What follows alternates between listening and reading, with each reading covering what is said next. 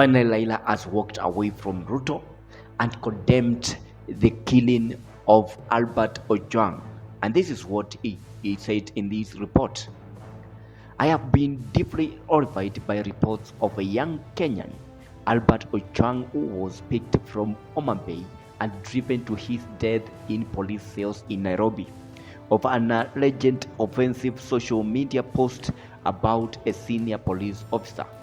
So far, nobody knows who gave the orders for Mr. Ojwang to be arrested and buried all the way to Nairobi, and yet that person should be answering to Kenyans. Mr. Ojwang now joins the horrifying long list of young and defenseless Kenyans whose lives have been taken too soon in brutal and senseless circumstances at the hands of the police. While these deaths cause tremendous pain to individuals and their families, they seriously erode the authority and credibility of the police and the state. And that is a significant step towards chaos and collapse.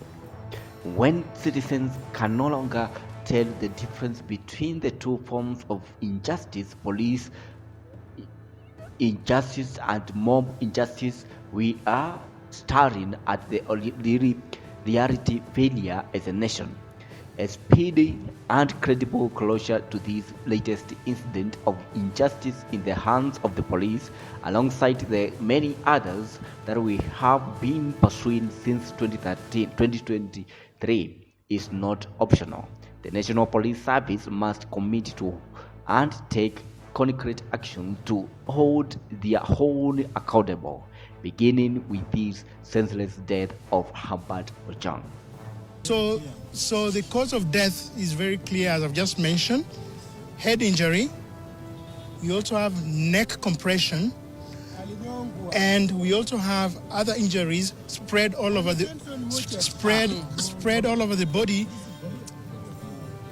that are pointing towards assault. And as I've just mentioned, we've taken specimens, and other investigative agencies are going to assist in getting other pieces of evidence which, pieced up together, will help in corroborating what we've just found. That's what we found. So if you have any questions, then I can be free to answer what I can. Thank you. How long did you endure this torture? Are you able to tell from what you did? Are you able to tell for how long did you take? Well,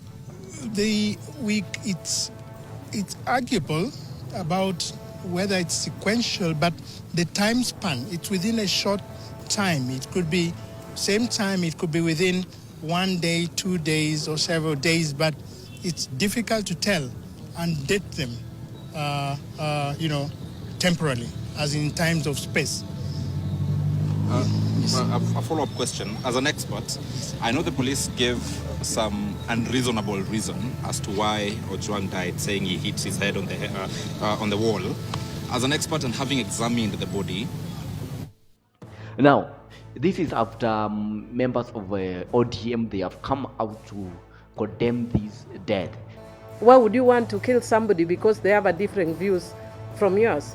And I think one of the things I'm sure you will probably be asking, so let me just tell you, because I've seen when I condemned this, everybody was asking me in social media, but you are collaborating in the broad-based government. You've seen clearly in our MOU, there is no collaboration about intolerance. There is no collaboration about limiting human rights. And that is not the nature of character of our party. And we cannot compromise on our values as a party. And therefore, and we have spoken with the president on this issue. The president himself has said that he will bring to order the people that are in the government that are rogue. And we want to therefore tell the president, please strike your whip on people who are violating rights, because there are certain things that are non-negotiable.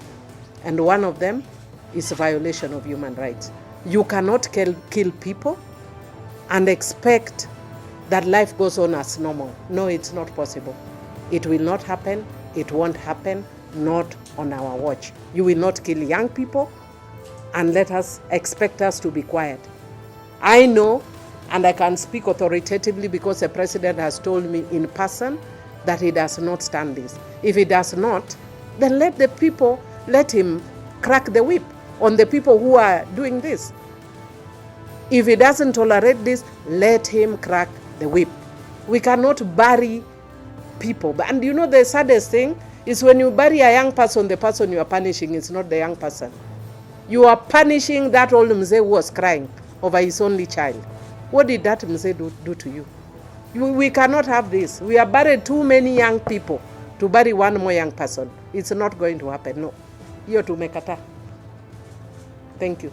Okay. And maybe, this is a question. What you should know, you're saying you should correct the way.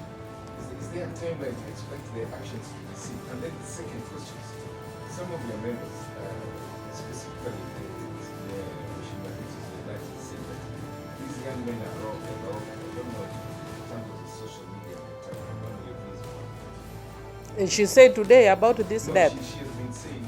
Let me talk about this death for today. I think let's not mix issues. And the reason why I want to tell you that is because we must also be sensitive when somebody has lost a loved one. Let's not mix issues. The family of Albert is mourning, they have lost their son. Let us be human. Let us empathize. I know what it feels. The whole of yesterday, I would have been outraged as much even from yesterday. I was in hospital with a family member who was on life support, and we were surrounded seeing this person die of natural causes. And I could see what the family is going through. He passed on today. Now imagine your son who is not dying because of natural causes. And you wake up in the morning and you are told that your son has died. Why? Because some idiot cannot stand an alternative view. For me, it's not even about the fact that he has died. Who gave the order for that young man to be brought to be arrested? For what? If you can't stand somebody, block. Who doesn't know the block button? You have to be all over listening to everyone and anyone at every time. I want to demand that the officers who committed this heinous act must be arrested and charged with murdering one innocent man, Albert Ojwang. The apex of the law, the Constitution, and the Penal Code outlines clearly on how matters should be dealt with once an arrest is made. Going to an extent of murdering an innocent man, moving all the way from Nairobi, wasting government resources in the name of Subarus, going down to Homa Bay, passing so many counties to arrest one person whose only mistake was to speak the truth on social media.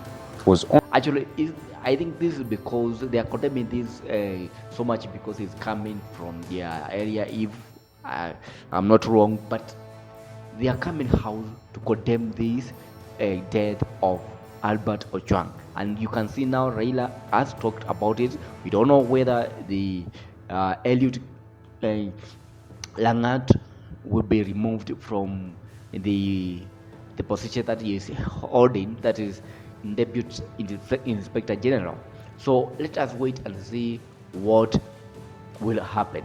If RUTO will defend the DIG Langat, then that will show the tribalism which is there. But let us wait and see what will unfold. This is Stephen, GC News.